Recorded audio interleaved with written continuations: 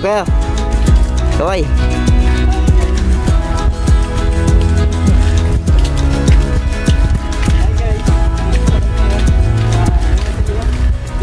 Falls.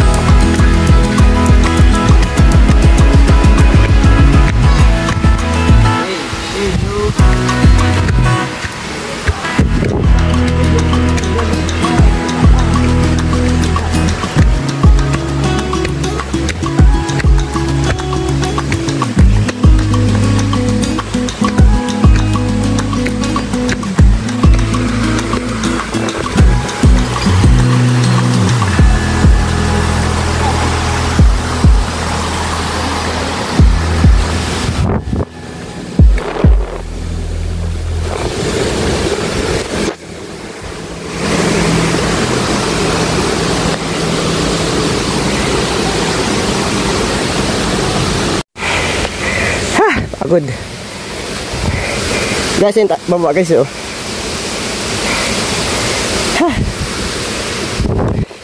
So, pulse 1 lang po yun.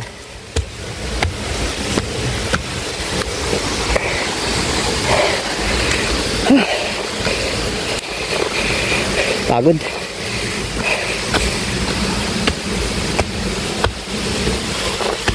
So, medyo mga delikado lang puntahan talaga dito. Tignan niyo po yan. So, not recommendable para sa mga bata.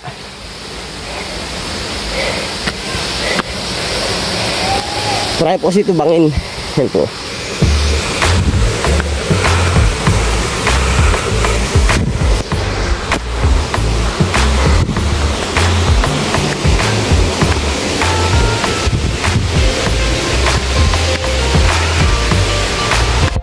So, ito po yung part na malalim.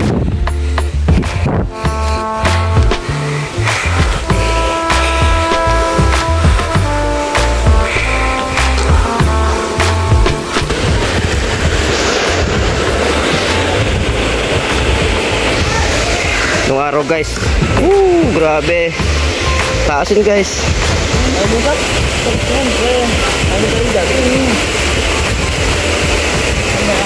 Dati nung high school ako, atala ko dyan. Hindi na. Hindi. Okay, so yung lugar kung titignan niya po, sa taas sa puno. So yung iba po nabitin pa dyan sa taas na yun, no? Pagbaha. Ito mataas na bangin po ito. So pwede ka tumalon dito o doon sa kabilakit sa gilid ng bato na maraming ugat. Ang ito na abot yun sa taas. Tapos pag na doon, ang talsik hanggang doon. Bangin. Kahit tumalon ko sa taas yan, hindi ko malaman sa lalim yan. Lalim yan. Dinardan namin yung dati. Di yan kayang ano? Isidit? Ako ko ngayon. Noong araw di yan. Nasisisi dyan, pero pag tumalong ka, hindi ka sa lalim. Pero kakapasin lang sila. Mga 4 na lang po. Siguro. Ako ko ngayon. Yan guys yung lugar.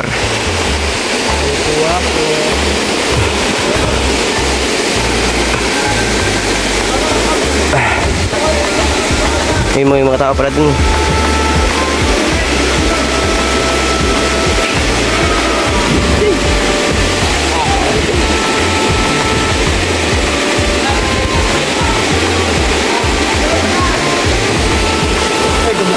Grabe guys, so, bundok na bundok talaga. So inalakad namin kanina, mataas na ahonin yun. At ito po yung pangalawang falls. So may falls pre pa daw po ito. Hindi ko alam kung meron pa nga. Hindi natin nakukuha ng video, no?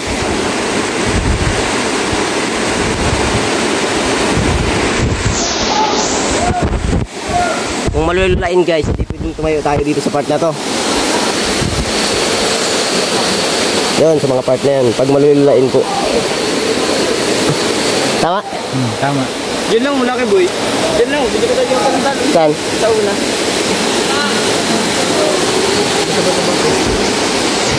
Delikado dito. Hindi pwede sa mga bata itong lugar na to.